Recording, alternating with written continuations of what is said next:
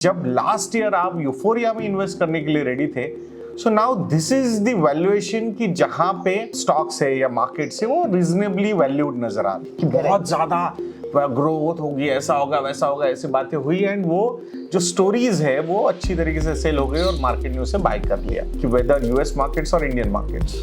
तो I think उसका I still have a feeling कि the next decade will belong to Indian markets और emerging markets. Stock specific अगर avoid ही करोगे तो that is better, it's better to go with index ETF कि भले ही वो डॉलर टर्म में मतलब डॉलर अप्रिशिएट होगा बट ग्रोथ के नंबर्स भी हमें देखने होंगे। वो जो स्टॉक्स हैं बेशक हमें अभी एक ल्यूक्रेटिव वैल्यूएशंस पर मिल रहे हैं, बट इन्फ्लेशन उन पे क्या रोल प्ले करता है?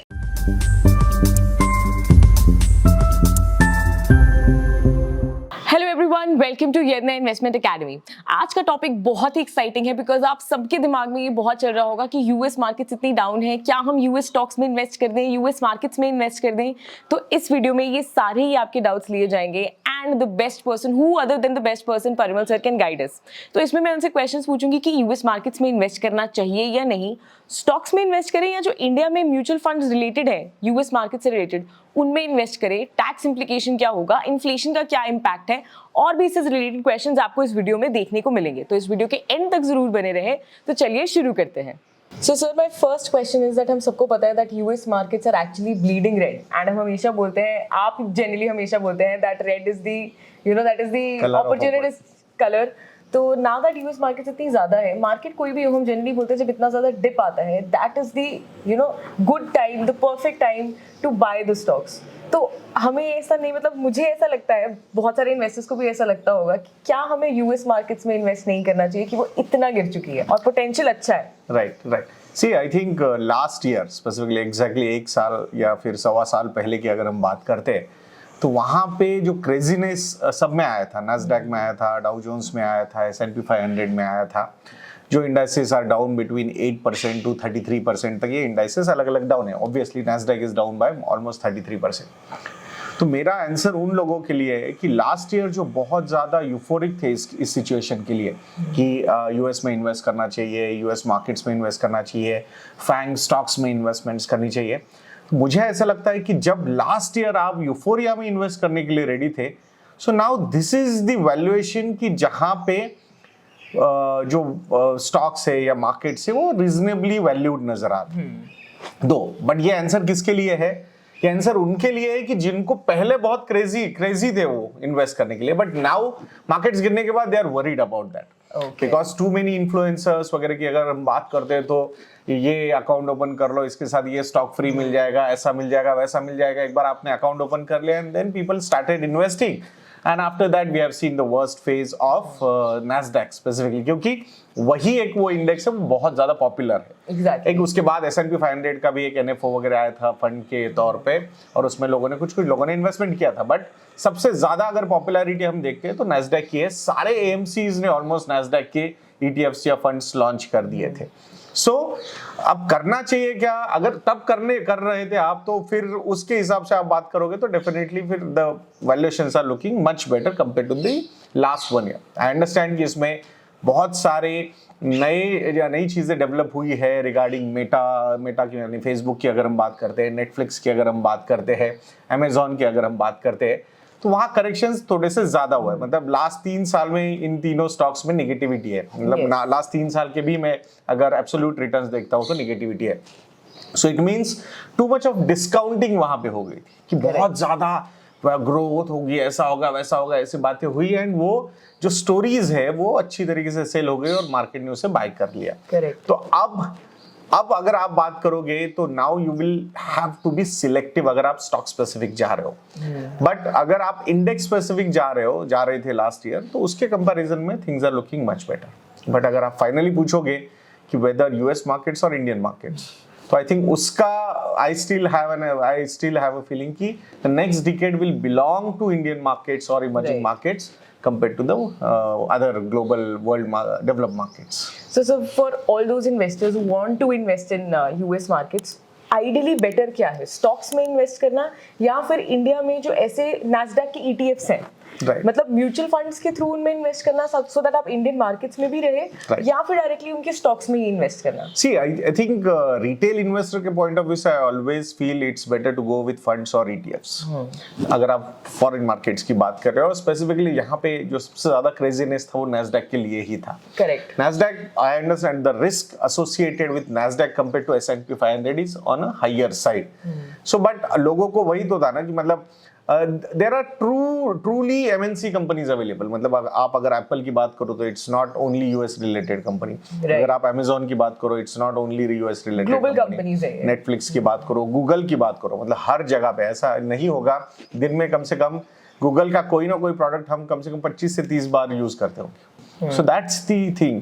So these are truly MNC companies. और अगर हम गूगल का ट्रेंड भी देखते हैं तो ये जो भी फॉल हुआ है लास्ट 3 और 5 साल में या फिर एक साल में, लास्ट एक साल में, तो आई थिंक लास्ट एक साल में तो है मतलब 30-40% का करेक्शन गूगल में भी हुआ है. बट लास्ट 3 साल के एब्सोल्यूट रिटर्न्स की अगर हम बात करते हैं तो अराउंड 31% के रिटर्न्स है. लास्ट 5 ईयर्स की अगर हम बात करते हैं यहाँ पे तो अराउंड 69% के रिटर्न्स गूगल ने दिए है. So that is one company की जिसके सिवाय हम जी ही नहीं सकते ऐसा मुझे लगता है. सो वी आर इन अ वे हम उससे लिंक्ड है. सो दैट इज मतलब बट स्टॉक स्पेसिफिक अगर अवॉइड ही करोगे तो that is better. It's better to go with index ETF और इंडेक्स फंड्स अगर आपको लेना ही है यूएस में एलोकेशन तो.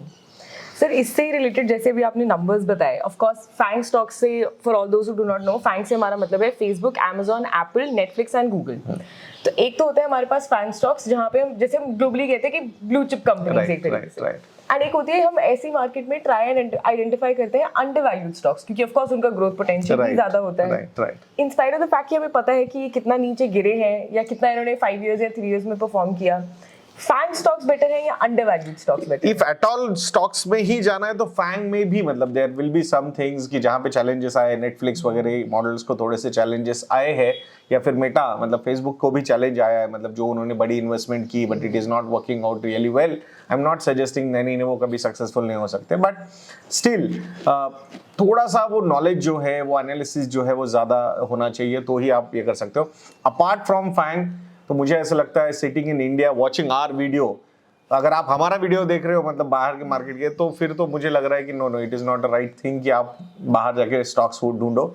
It's better, it's people if at all they want to go with foreign equities तो गो विथ इंडेक्स और index ETFs और I will say that not FAANG stocks. Okay, so जो भी लोग इन्वेस्ट करते हैं यूएस मार्केट्स में, सबसे पहला हमारा क्वेश्चन ये आता है whatever return we get on that stocks, tax implication क्या होती है? सो फॉरेन इक्विटीज का जो टैक्सेशन होता है वो डेट की तरह होता है इंडिया में, जब मतलब they are considered as debt allocation. मतलब आप लेस देन 3 इयर्स में अगर आपने बेचा तो जो भी कैपिटल गेन्स होगा आपका वो शॉर्ट टर्म में ऐड हो जाएगा और आपकी इनकम में ऐड होकर according to your tax slab it will be taxed. और अगर 3 साल के ऊपर आप उसके होल्ड करते हो तो then you can claim for indexation benefit, typical debt fund की जैसे टैक्सेशन वहां पे आएगा. So it will be considered as a debt asset class, उसी के हिसाब से यहाँ पे एलोकेशन होगा. सर बेशक जैसे भी आपने बोला that India is the emerging market and you want to bet on the emerging market, but don't you think कि अगर हम यूएस मार्केट में इन्वेस्ट करते हैं तो वो जो करेंसी बेनिफिट है वो होता है ना, जनरली कहते हैं दैट यू शुड क्या कहते हैं earn in foreign currencies and spend in Indian currency. Right. तो डोंट यू थिंक कि वो वाला बेनिफिट हमें अभी हमें देखना होगा कि how they are going to tackle with this inflation scenario, because inflation जिस तरीके से बढ़ा है उसके लिए उनको इंटरेस्ट रेट्स भी बढ़ाने पड़े. अब अगर आप यूएस का 10 ईयर जिससे यील्ड की बात करते हो सो that is around 3.75%, it touched almost 4.6% के लेवल तक वो जा चुका था. इंडिया का जो 10 ईयर जिससे यील्ड है वो 7.3% का है. ये जो गैप होता था पहले, ये 5-6% का गैप होता था, now this gap is almost 2 to 3% के बीच में आ चुका है. So then the depreciation of currency over the longer horizon will be the difference between these interest rates. So now we will have to see how they are going to cope up with this inflation, उसके हिसाब से ये सारी चीजें decide होंगी. दूसरा problem ये भी है कि भले ही वो डॉलर टर्म में मतलब डॉलर अप्रिशिएट होगा बट ग्रोथ के नंबर्स भी हमें देखने होंगे. So it's not only about कि फिर उनके जीडीपी के ग्रोथ के नंबर्स भी विल हैव टू सी कि उनका जीडीपी का ग्रोथ नंबर देखो, अपना जीडीपी का ग्रोथ नंबर देखो, सो वहां पे डिफरेंस है. तो अल्टीमेटली मोटा मोटा डॉलर टर्म्स में कहीं ना कहीं इक्वेशन सेम ही बैठ रहा है.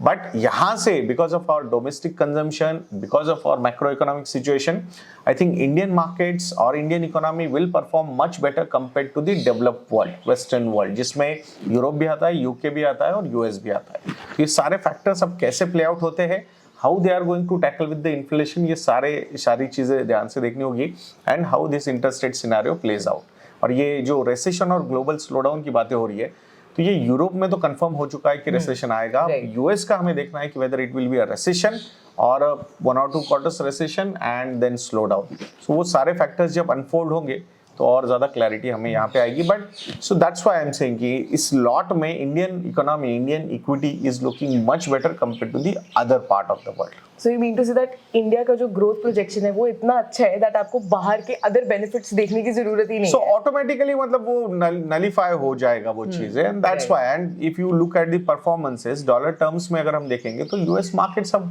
Performed much better compare to the emerging markets. So normally ये डिकेडल शिफ्ट्स होते हुए हमने देखे हमेशा, फिर वही यूफोरिया बिल्ड हो जाता है। अब जिस तरीके से उन्होंने कोविड हैंडल करने के लिए पैसा प्रिंट किया, उसका लिक्विडिटी, एक्स्ट्रा लिक्विडिटी का प्रॉब्लम इन्फ्लेशन में आया, उसके बाद ये जियोपॉलिटिकल टेंशन के चक्कर में, यूक्रेन रशिया वॉर के चक्कर में एनर्जी प्राइसेस ऊपर चले गए, तो वहाँ पे वॉर मॉन्गरिंग हुई, उसके चक्कर में और ज़्यादा ये गैस वगैरह के सप्लाई डिसरप्ट हो गए, फिर प्राइसेस मतलब बहुत ज़्यादा ऊपर चले गए, एंड इन्फ्लेशन के numbers are there, and it was looking like a transitory phase, but now it looks like that inflation is going to stay there for some time.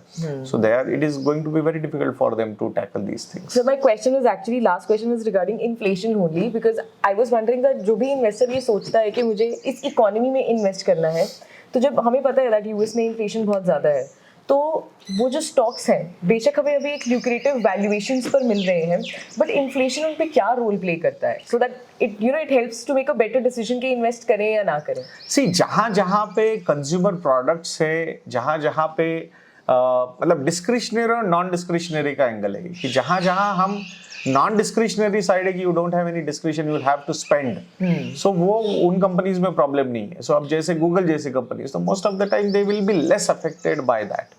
But अगर आप Amazon की बात करोगे, अगर आप एप्पल की बात करोगे, तो definitely they will have more impact. अगर आप नेटफ्लिक्स की बात करोगे तो they will have some more impact. ये भी देखना हमें जरूरी है इस तौर पे। एंड बाकी इन्फ्लेशन अब वो कौन सी इकोनॉमी में कितना इम्पैक्ट करता है ये भी देखना होगा, कितना मतलब वहां रहता है वो, बिकॉज यूएस में वो डाउनवर्ड ट्रेंड नजर आ रहा है from almost 10% to now 7.1%. So I think things are looking much better compared to Europe at least. Okay. So देखते हैं how these things get unfolded. So we'll have to wait and watch. Nobody knows कि क्या exactly होगा वो inflation का and how Federal Reserve is going to react. क्योंकि अभी अगर एक क्वार्टर में जीडीपी के नंबर्स उनको अच्छे नजर आते हैं तो इमीडिएटली मार्केट, एक्चुअली जीडीपी के नंबर अच्छे आए तो you should feel good know कि अच्छा इकोनॉमी, तो उनको टेंशन आता है अरे जीडीपी के नंबर तो अच्छा आ गए तो फिर तो अब फेडरल रिजर्व तो इंटरेस्ट रेट बढ़ाएगा, क्योंकि उनको तो चिंता ही नहीं है ग्रोथ की।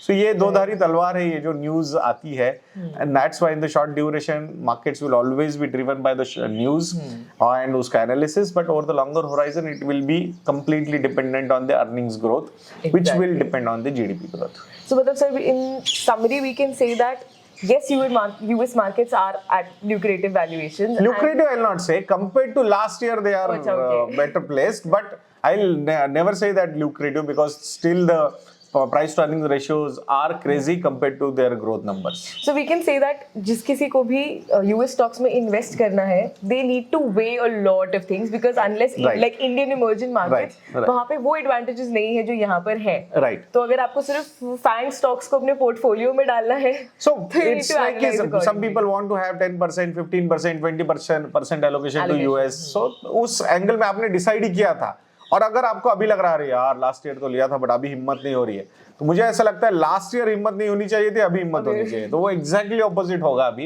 And that's how investors behave. Okay, so this is all about whether you should invest in US stocks or not, and अगर करना भी है so what ideology you need to have. I hope आपको ये video अच्छा लगा होगा, अच्छा लगा है तो लाइक करें, मैक्सिमम लोगों के साथ शेयर करें ताकि उनके भी doubts of investing in US markets clear हो सके। यूज करें coupon code happy new year, because new year आ रहा है तो डिस्काउंट बनता है जहाँ पे आपको मिलेगा 50 से 60% तक का डिस्काउंट हमारे मॉडल पोर्टफोलियोज पे। Do visit our website investjourney.in, जहाँ पे आपको मिलेंगे एक्साइटिंग ऑफर्स। मिलते हैं अगले वीडियो में, थैंक यू सो मच।